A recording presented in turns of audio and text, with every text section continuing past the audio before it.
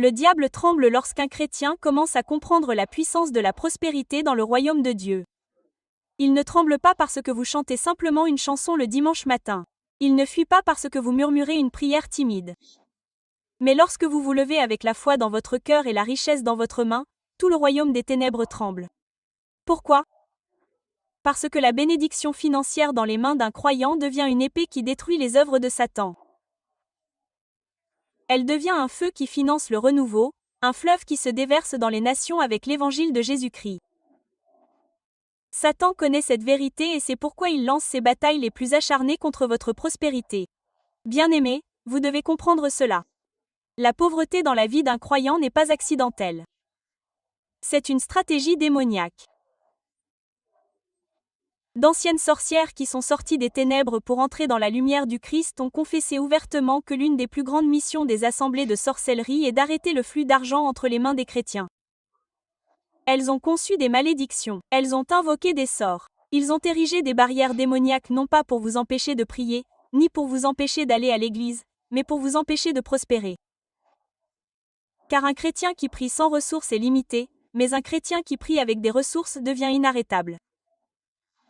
Les forces de l'enfer comprennent que l'évangile doit être prêché jusqu'aux extrémités de la terre. Et cela nécessite des provisions. Des missionnaires doivent être envoyés, des églises doivent être construites, des croisades doivent être organisées, les pauvres doivent être nourris. La Bible doit être imprimée et distribuée. Rien de tout cela ne tombe du ciel. Cela nécessite des finances. C'est pourquoi le diable a juré la guerre à votre prospérité. Il sait que s'il peut vous maintenir dans la faillite, il peut vous maintenir lié. Il sait que s'il peut maintenir l'Église dans des difficultés financières, il peut ralentir la propagation de l'Évangile. C'est pourquoi la résistance la plus féroce survient souvent au moment où vous décidez de donner, au moment où vous décidez de coudre, au moment où vous décidez de vous élever financièrement pour la gloire de Dieu. Même dans le royaume invisible, les batailles font rage pour les comptes bancaires des croyants. Des autels démoniaques sont érigés contre le flot de bénédictions. Des enchantements sont prononcés contre vos affaires. Des maléfices sont lancés contre votre travail. Et certains d'entre vous se sont demandé pourquoi chaque fois que l'argent arrive, quelque chose arrive pour vous l'enlever. Pourquoi les portes semblent-elles se fermer lorsque des opportunités se présentent? Ce n'est pas par hasard. C'est une attaque orchestrée depuis les profondeurs de l'enfer. Le diable ne veut pas que vous prospériez parce que votre prospérité finance le renouveau et que le renouveau vide l'enfer pour peupler le paradis. Je suis ici pour vous dire aujourd'hui que la prospérité n'est pas la cupidité. La prospérité n'est pas la mondanité. La prospérité n'est pas l'égoïsme. La prospérité est la guerre. La prospérité est une arme. Lorsque Dieu place la richesse entre vos mains, ce n'est pas pour vous rendre vantard, mais pour vous rendre puissant. Ce n'est pas pour vous faire briller, mais pour faire briller Jésus à travers vous. Chaque dollar, chaque naira, chaque euro, chaque rand, chaque peso entre les mains d'un croyant rempli de l'esprit devient de la dynamite face au diable. La prospérité construit des écoles pour les pauvres, creuse des puits pour les assoiffés, diffuse l'évangile à la télévision et sur Internet, finance des croisades où des millions de personnes sont sauvées et élève la bannière de Jésus bien au-dessus des nations. C'est pourquoi Satan hait votre prospérité d'une haine parfaite. Il craint qu'une fois que l'Église aura atteint son pouvoir financier, son royaume ne s'effondre plus vite que jamais. Il craint qu'une fois que les chrétiens auront compris que la prospérité est leur droit d'alliance, ils ne mendiront plus, mais ils bâtiront. Ils n'emprunteront plus, mais ils béniront. Ils ne s'assiéront plus sous la table des miettes, mais ils s'élèveront comme rois et prêtres du Dieu Très-Haut. Le diable sait que lorsque vous prospérez, vous devenez dangereux pour son royaume. Vous ne combattez plus pour survivre. Vous combattez pour remporter la victoire. Vous ne mendiez plus pour du pain, vous le distribuez. Vous ne vous demandez plus comment vous en sortir. Vous vous demandez combien vous pouvez donner de plus à la cause du Christ. Bien-aimés, ouvrez les yeux aujourd'hui. La résistance du diable à vos finances ne concerne pas l'argent en soi. Elle concerne la mission. Il n'a pas peur de votre richesse. Il a peur de ce que votre richesse accomplira pour le royaume de Dieu. Il n'a pas peur de vos richesses. Il a peur des âmes qui seront sauvées, des églises qui seront implantées, des croisades qui gronderont à travers les continents lorsque cette richesse sera libérée pour l'œuvre du Seigneur. C'est pourquoi la bataille est féroce. C'est pourquoi l'opposition est constante, car votre prospérité ne vous concerne pas. Il s'agit de la moisson des âmes. Satan craint votre prospérité parce qu'il sait qu'elle est une arme forgée par Dieu lui-même pour abattre les murs de son royaume. Il n'est pas intimidé par des poches vides. Il n'est pas troublé par une église faible qui a du mal à payer ses factures. Mais il est terrifié par une église débordante de ressources. Une église qui peut marcher avec force dans les nations. Une église qui peut secouer les villes avec le feu de l'évangile parce qu'elle a les moyens d'alimenter la mission. Le diable craint votre prospérité parce qu'il sait qu'elle fait avancer l'évangile plus vite que n'importe quelle balle, plus fort que n'importe quelle bombe, plus fort que n'importe quelle armée. L'argent entre les mains d'un homme juste devient du feu entre les mains du Saint-Esprit. Et ce feu brûle les forteresses des ténèbres. Le diable tremble lorsque vous prospérez parce qu'il sait que la prospérité met un mégaphone entre vos mains pour crier l'évangile à travers le monde. Pensez-y. Les stations de radio, les émissions de télévision, les plateformes Internet, tout alimentées par les ressources du peuple de Dieu, répandent la bonne nouvelle de Jésus-Christ jusqu'aux extrémités de la terre. Chaque pièce de monnaie devient une trompette. Chaque billet devient un témoin. Chaque investissement devient une semence de salut. Satan craint cela de toutes ses forces parce que cela signifie que l'évangile ne sera pas caché dans les coins, mais proclamé dans les stades, déclaré dans les villages et diffusé à des millions de personnes. Il déteste votre prospérité parce qu'elle est le carburant du renouveau.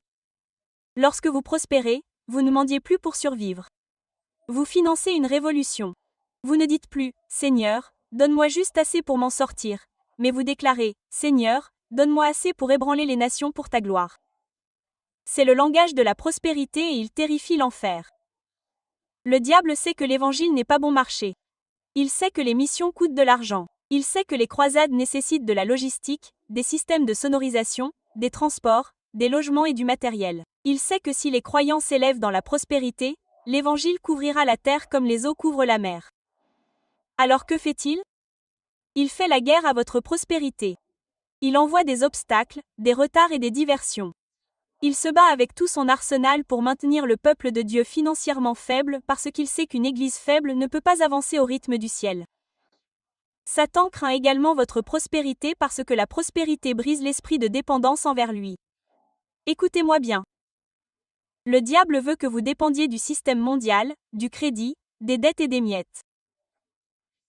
Mais lorsque vous prospérez selon la voie de Dieu, vous devenez libre de ces chaînes.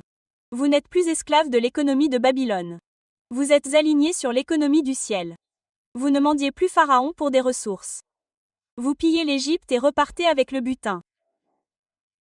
Satan déteste cela parce qu'un croyant prospère est un croyant indépendant, qui n'est pas lié par la peur, qui n'est pas réduit au silence par le manque, qui n'est pas corrompu par le compromis. La prospérité vous rend audacieux. Elle vous donne une voix. Elle vous donne la capacité d'agir sans attendre la permission des systèmes du monde. Et comprenez bien que la prospérité ne se résume pas à l'argent que vous avez en main, mais à l'influence que vous exercez dans votre vie. Lorsque vous prospérez, vous gagnez en influence dans la société. Votre voix a du poids. Votre présence ouvre des portes. Vos ressources vous donnent accès à des domaines que la pauvreté maintient fermés. Satan craint un croyant influent parce que l'influence façonne les nations, écrit les lois, construit des écoles, a un impact sur les générations. Il craint un croyant qui peut entrer dans les couloirs du gouvernement avec les ressources nécessaires pour provoquer le changement. Il craint un croyant qui peut construire des hôpitaux, parrainer l'éducation et élever des communautés au nom de Jésus. La prospérité vous donne une place à la table où les décisions sont prises. Et le diable fera tout pour vous en éloigner. Enfant de Dieu, Satan n'a pas seulement peur de votre prospérité individuelle. Il craint la prospérité collective de l'Église. Imaginez une Église où chaque famille est bénie, chaque jeune s'épanouit, chaque ancienne est en sécurité et chaque ministère est bien financé. Imaginez une Église qui ne dépend plus de personnes extérieures pour son soutien, mais qui devient un entrepôt pour les nations. C'est l'Église que Satan redoute. Car une telle Église ne peut être arrêtée. Elle ne peut être réduite au silence. Elle ne peut être ignorée. Elle ne peut être achetée. Elle se lève comme une puissante armée. Elle construit des orphelinats, envoie des missionnaires, implante des églises, produit des films, crée des plateformes qui glorifient Dieu. La prospérité dans l'Église est le cauchemar du diable car elle le détrône des systèmes qu'il a contrôlés pendant des siècles. C'est pourquoi, bien-aimés, Satan combat votre prospérité avec une haine implacable. Il sait que votre prospérité ne se résume pas à une maison plus grande ou à une plus belle voiture. Il s'agit de déraciner son royaume. Il sait que lorsque vous prospérez, l'Évangile prospère. Lorsque vous vous élevez, le royaume s'élève. Lorsque vous débordez, le message de Jésus se répand dans tous les coins de la terre. Satan craint votre prospérité parce qu'elle est la fissure dans sa forteresse, le tremblement de terre sous ses pieds, le feu qui brûle son empire des ténèbres. Il le sait et c'est pourquoi il a tourné les yeux vers elle. Le diable ne combat pas au hasard. Il combat stratégiquement. Et l'une des stratégies les plus soigneusement conçues dans le royaume des ténèbres est l'attribution de la sorcellerie contre les finances du peuple de Dieu. Écoutez-moi. D'anciennes sorcières qui ont été sauvées par le sang de Jésus ont ouvertement confessé que dans les assemblées des ténèbres, des réunions étaient tenues avec une seule mission, maintenir les chrétiens dans la pauvreté. Des malédictions étaient inventées, des incantations étaient prononcées et des esprits étaient envoyés avec une mission claire, étouffer le flux d'argent entre les mains des croyants. Pourquoi ? Parce que Satan connaît le pouvoir d'une église de ressources. Il sait que lorsque le peuple de Dieu gagne en force financière, son influence dans le royaume augmente. Il déploie donc la sorcellerie spécifiquement pour paralyser vos finances et vous maintenir piégés dans le manque. Savez-vous que la pauvreté n'est pas seulement une condition économique ? C'est souvent une attaque spirituelle.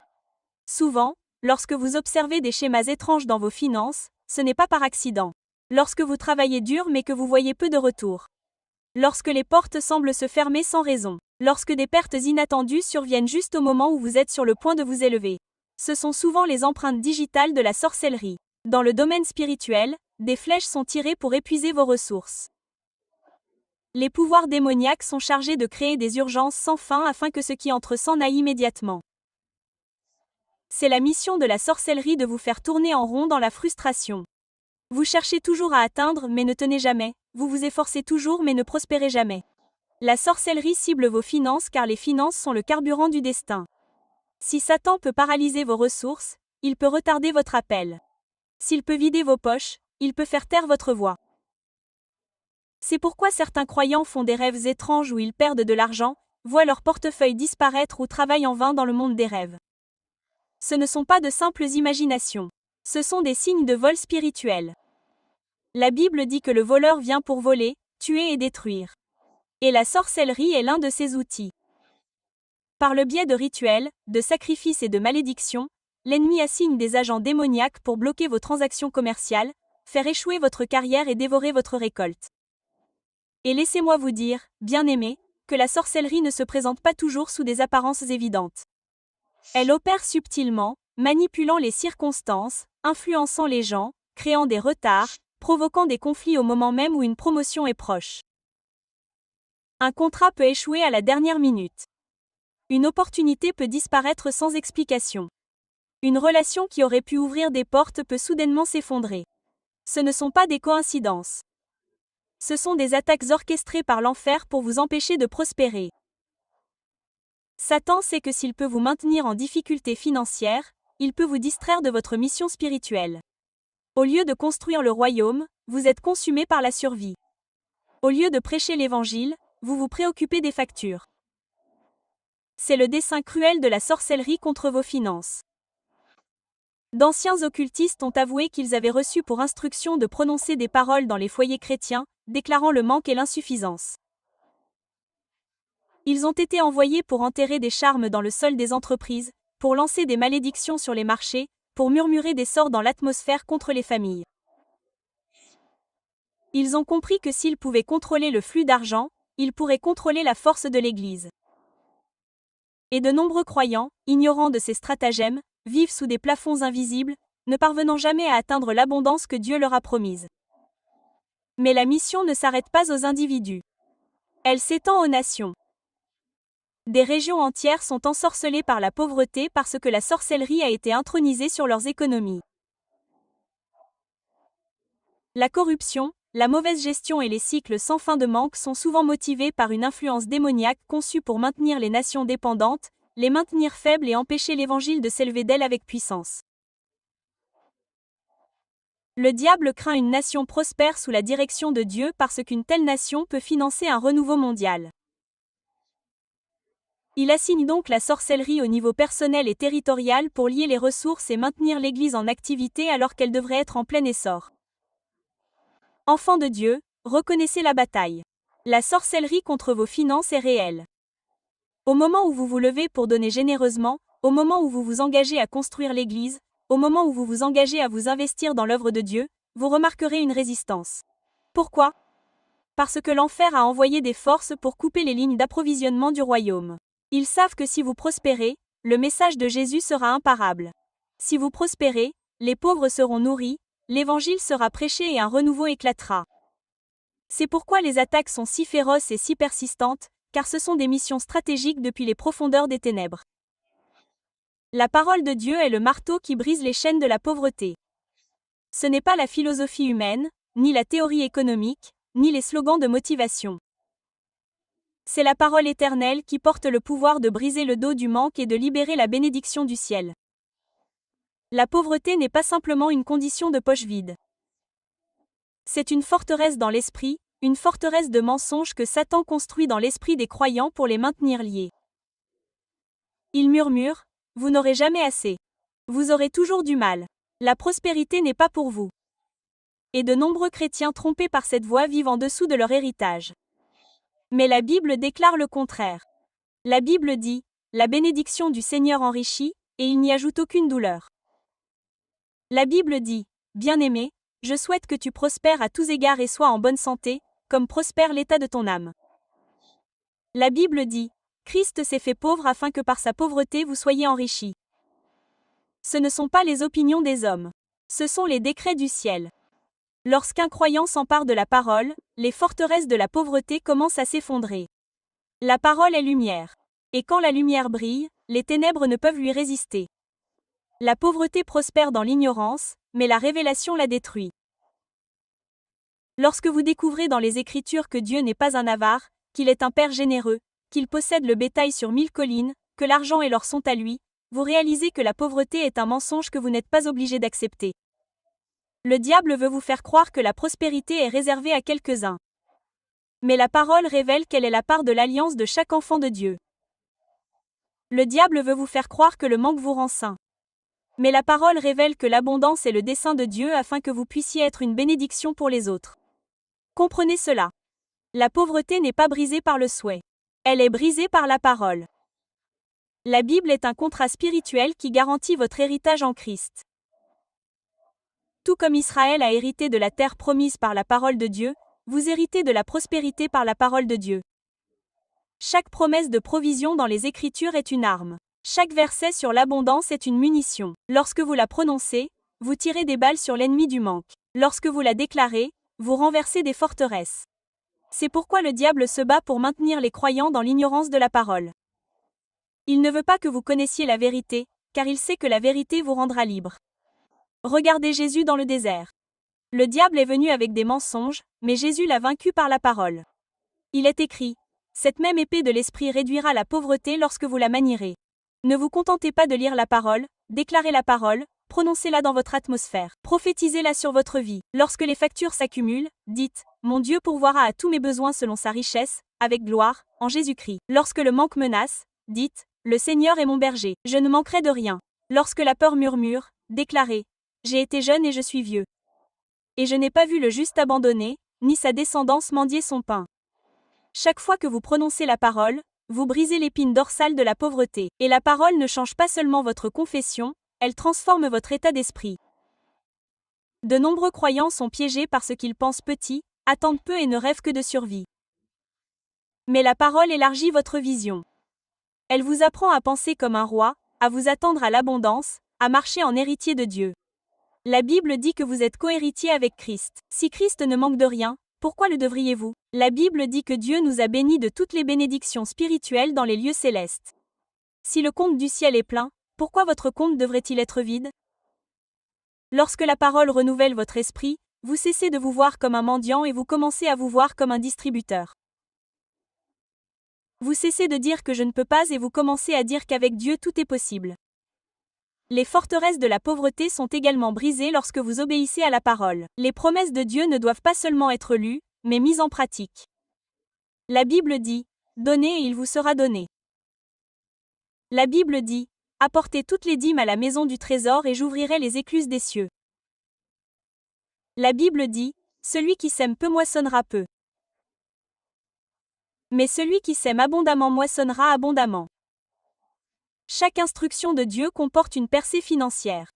La pauvreté veut que vous vous reteniez, que vous vous accrochiez à votre peu et que vous ne le laissiez jamais tomber. Mais la parole enseigne que semer débloque la moisson. La générosité brise les limites. Et l'obéissance libère le trop-plein. Enfant de Dieu, la parole de Dieu est votre arme, votre fondement, votre délivrance.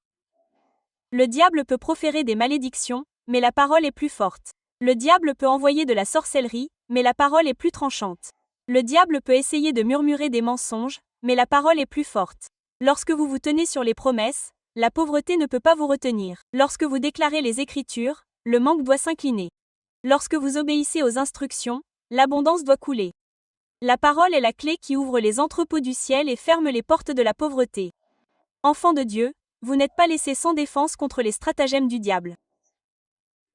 Le Seigneur vous a armé d'armes puissantes pour renverser toute forteresse et détruire toute résistance démoniaque qui se dresse sur le chemin de votre prospérité. Le diable peut combattre avec des malédictions, de la sorcellerie et de la manipulation, mais vos armes ne sont pas charnelles. Elles sont puissantes par Dieu pour renverser les forteresses. Vous devez comprendre que la prospérité est un champ de bataille et que la percée financière ne vient pas du hasard. Elle vient par la guerre en renforçant votre victoire avec les armes de l'esprit. La prière, le jeûne et l'action prophétique ne sont pas des activités religieuses. Ce sont des instruments de destruction contre les œuvres des ténèbres qui retiennent votre bénédiction. La prière est votre première arme. Lorsque vous priez, vous entrez dans la salle d'audience du ciel et demandez justice contre le voleur qui vous a volé. La prière n'est pas une mendicité. La prière consiste à faire respecter l'alliance de Dieu. La Bible dit, si vous décrétez une chose, elle sera établie. Lorsque vous vous levez pour prier, vous décrétez que toute main démoniaque qui retient vos finances doit se dessécher. Vous déclarez que toute malédiction de la pauvreté doit être brisée. Vous liez le dévoreur qui a englouti votre récolte. La prière ébranle les cieux et terrifie l'enfer car elle libère des armées angéliques pour disperser les plans du malin. Lorsque vous priez avec le feu, vous ne murmurez pas dans l'air. Vous donnez des ordres qui font bouger les économies, ouvrent des portes et libèrent des provisions. Le jeûne est une autre arme, une clé puissante qui brise les jougs. La Bible dit, n'est-ce pas là le jeûne que j'ai choisi? Délier les chaînes de la méchanceté, défaire les fardeaux pesants, renvoyer libres les opprimés, et briser tout joug. Le jeûne affame la chair et fortifie l'esprit, aiguisant votre autorité dans la bataille. Quand vous jeûnez, votre esprit s'élève comme un géant, et vos prières deviennent comme le tonnerre dans les cieux. Les démons qui résistent à vos finances sont obstinés. Certains ne partent pas sans jeûner. Jésus lui-même a dit, cette sorte de démon ne sort que par la prière et le jeûne. Lorsque vous jeûnez, vous affaiblissez l'emprise de la résistance démoniaque. Vous faites taire les voix du doute et de la peur. Vous devenez sensible aux stratégies divines, entendant clairement les instructions de Dieu pour votre percée financière. Le jeûne ne consiste pas à sauter des repas. Il s'agit de gagner un élan spirituel qui écrase l'ennemi sous ses pieds. Mais il existe également l'arme de l'action prophétique.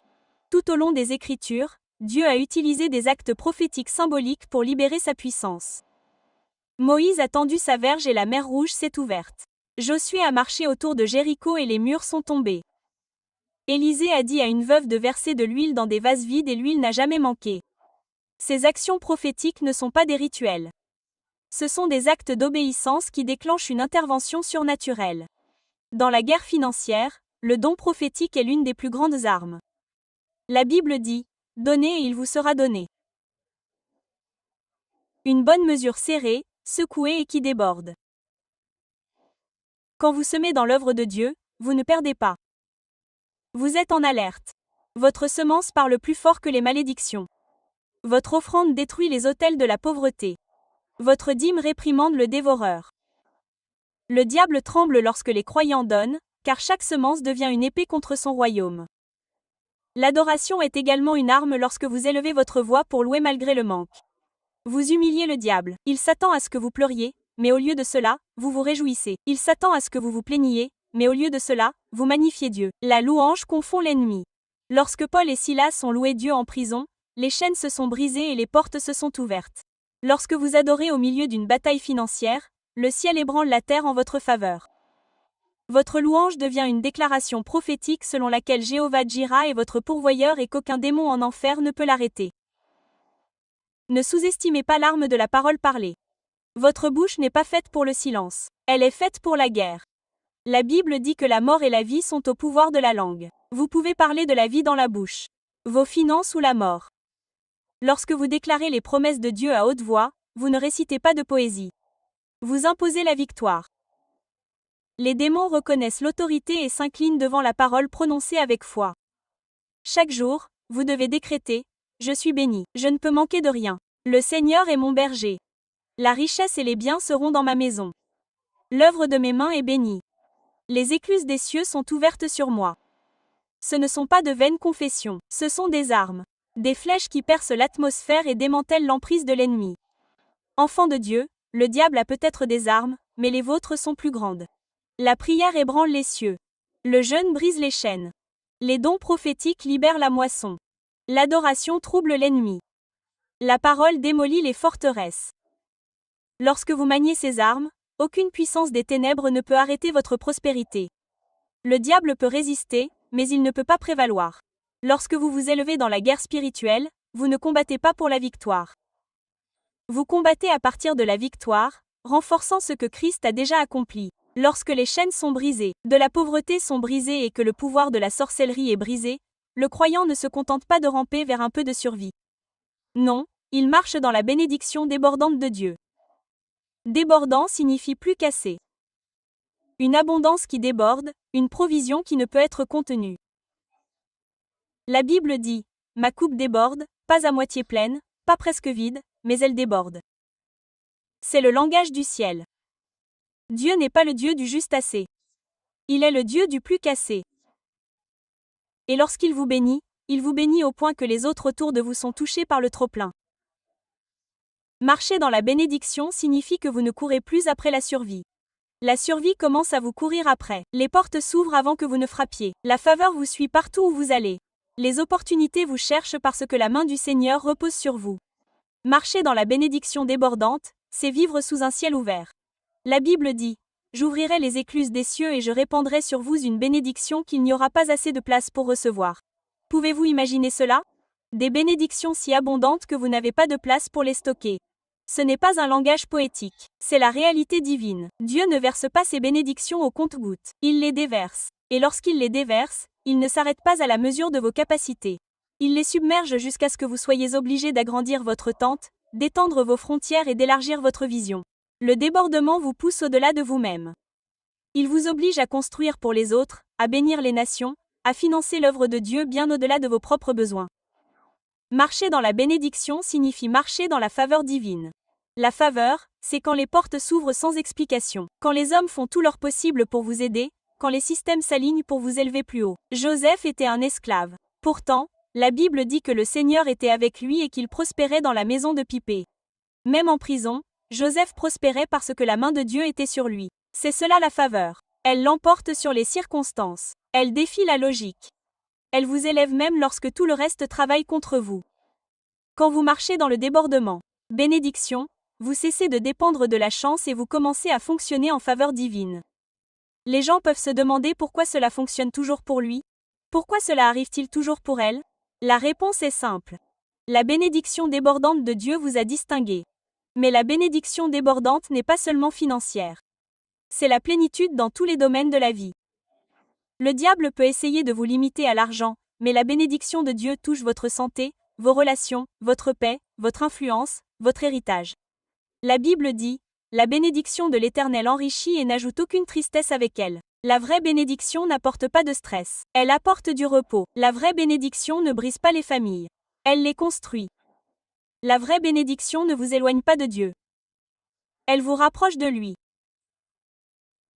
Le débordement signifie que vous n'êtes pas seulement riche en ressources, mais riche en joie, riche en sagesse, riche en amour, riche en l'onction du Saint-Esprit. C'est l'héritage du croyant. Et écoutez bien, le débordement est générationnel. Quand Dieu vous bénit, il bénit vos enfants. Quand il vous fait prospérer, il fait prospérer votre lignée. La Bible dit, un homme bon laisse un héritage aux enfants de ses enfants. Cela signifie que la bénédiction n'est pas censée s'arrêter avec vous. Elle est conçue pour continuer après votre départ. Marcher dans le débordement signifie ériger des autels de provision dont les générations futures se nourriront. Abraham a été béni et Isaac a hérité de la bénédiction. Isaac a été béni et Jacob a hérité de la bénédiction. Cette même bénédiction de l'alliance est la vôtre en Jésus-Christ. Et elle est censée vous survivre. Marcher dans la bénédiction débordante, c'est aussi marcher comme un canal. Dieu ne vous bénit pas pour que vous construisiez des granges et que vous amassez. Il vous bénit pour que vous distribuiez. Il vous bénisse pour que vous deveniez une réponse aux cris des pauvres, un soutien pour les opprimés, un financeur de renouveau. La bénédiction débordante signifie que Dieu peut avoir confiance en vous pour être une rivière, pas un réservoir. Il déverse en vous parce qu'il sait qu'il peut déverser à travers vous. Et plus vous libérez, plus il augmente. C'est le cycle divin de la bénédiction. Vous donnez, il multiplie. Vous cousez, il agrandit. Vous bénissez, il élève. Le trop-plein ne tarit jamais lorsqu'il est connecté à l'approvisionnement éternel de Dieu. Bien-aimé, marcher dans la bénédiction débordante de Dieu, c'est marcher dans une économie surnaturelle. Pendant que le monde panique, vous prospérez. Pendant que d'autres sont dans la famine, vous vous épanouissez. Pendant que les systèmes s'effondrent, vous vous élevez. Car votre source n'est pas l'homme, c'est Dieu Tout-Puissant. Le débordement signifie que la famine ne peut pas toucher votre récolte. La malédiction ne peut pas toucher votre héritage. Le diable ne peut pas arrêter votre approvisionnement. Vous êtes connecté au trésor du ciel, et le trésor du ciel ne s'épuise jamais. Au nom puissant de Jésus-Christ, je me lève comme une trompette pour déclarer la guerre contre le programme de pauvreté, de manque et d'esclavage financier que le diable a déchaîné contre le peuple de Dieu. Trop, c'est trop. Les chaînes de l'oppression financière sont brisées en ce moment même par la puissance du sang de Jésus. Chaque malédiction prononcée contre vos finances, chaque barrière démoniaque érigée contre votre prospérité, chaque autel de sorcellerie conçu pour vous maintenir brisé. Je décrète qu'il est brisé, qu'il est détruit, qu'il est brûlé par le feu. Vous ne serez pas la queue, tu seras le chef. Tu n'emprunteras pas, et tu ne gémiras pas de honte. Tu prêteras aux nations, et tu marcheras dans la gloire. La pauvreté n'a aucun droit légal de te retenir. La croix du calvaire a déjà payé pour ta liberté. Christ s'est fait pauvre afin que tu deviennes riche, non pas pour des plaisirs égoïstes, mais pour une sainte influence dans le royaume de Dieu. Je déclare que ta saison sèche est terminée. À partir d'aujourd'hui, tu marcheras dans des cieux ouverts. Ce qui était bloqué sera désormais déverrouillé. Ce qui a été volé sera restitué 7 fois. Là où il y avait du retard, il y aura désormais une accélération. Là où il y avait de la honte, il y aura désormais de l'honneur. L'emprise du diable sur tes ressources est brisée. Les mains démoniaques qui ont touché ton argent sont coupées. Le voleur est démasqué et il lui est ordonné de rendre tout ce qu'il a volé. Tes mains ne seront plus vides. Elles déborderont de provisions. Tes greniers ne seront pas stériles. Ils déborderont d'abondance. Ta coupe ne s'épuisera pas. Elle débordera jusqu'à ce que d'autres autour de toi boivent de ton trop-plein. Je décrète que les portes de la faveur surnaturelle s'ouvrent devant toi. Les employeurs, les clients, les contrats et les opportunités qui vous résistaient autrefois vous rechercheront désormais. Des trésors cachés dans des endroits sombres vous seront révélés. Des idées venant du ciel, des stratégies venant du trône de Dieu, des innovations et une sagesse créatrice inonderont votre esprit. L'onction pour créer de la richesse comme promis dans le Deutéronome reposera sur vous. Vous ne travaillerez plus sans fruit. Le travail de vos mains prospérera. Je déclare des partenariats divins, des connexions divines et des aides divines alignées sur votre destinée. Vous siégerez à des tables où des décisions sont prises. Vous franchirez des portes qui étaient autrefois verrouillées. Le même Dieu qui a élevé Joseph de la prison au palais, qui a rendu Daniel 10 fois plus sage que ses pairs, vous fera sortir de la poussière pour vous asseoir parmi les princes. Je décrète que l'esprit du dévoreur est réprimandé dans votre vie. Plus besoin de manger un salaire sans satisfaction. Plus d'urgence sans fin dévorant vos revenus. Plus de maladies épuisant vos ressources. Plus de pertes soudaines écourtant votre récolte. À partir de ce moment, le Seigneur lui-même réprimande le dévoreur à cause de vous. Les anges de la prospérité sont libérés pour faire la guerre en votre nom. Tout blocage satanique sur vos finances est supprimé. Chaque chaîne est brisée. Chaque porte est ouverte. Vous êtes libre de prospérer. Je décrète que vous vous élevez en tant que pilier financier dans le royaume de Dieu. Vous financerez des réveils. Vous parrainerez des missionnaires. Vous construirez des églises. Vous nourrirez les affamés, habillerez les nus et relèverez les opprimés. Les nations ressentiront le poids de votre générosité. Les générations se souviendront de l'héritage de vos dons. L'ennemi a combattu vos finances parce qu'il craignait votre impact. Mais il a échoué. Il a perdu. Il a été vaincu. Vous n'êtes plus lié. Vous n'êtes plus restreint. Vous entrez dans une nouvelle dimension de débordement. Et maintenant, je décrète avec le feu dans mes os, le programme de pauvreté du diable est écrasé sous vos pieds. Vous vous élevez avec autorité. Vous vous élevez avec abondance. Vous vous élevez avec des provisions surnaturelles. Que le diable l'entende. Que les démons tremblent. Que l'alliance se disperse. La malédiction de la pauvreté est brisée pour toujours. Au nom de Jésus, vous prospéreras. Tu augmenteras. Tu déborderas. Tu brilleras. Les nations le verront. Ta famille le verra. Même tes ennemis le verront. Et sache que le Seigneur l'a fait. Maintenant, tiens-toi dans la foi, enfant de Dieu. Élève ta voix. Déclare ta victoire. La parole est sortie. Elle ne reviendra pas sans effet. Les cieux sont ouverts. La bénédiction est libérée. La question demeure. Que ferez-vous de la prospérité que Dieu a placée entre vos mains? L'utiliserez-vous pour vous glorifier ou pour le glorifier? La réponse brûle dans votre cœur dès maintenant. L'Esprit de Dieu l'agite en vous. Choisissez ce jour pour vous lever, pour marcher, pour vivre et pour démontrer la bénédiction débordante du Tout-Puissant.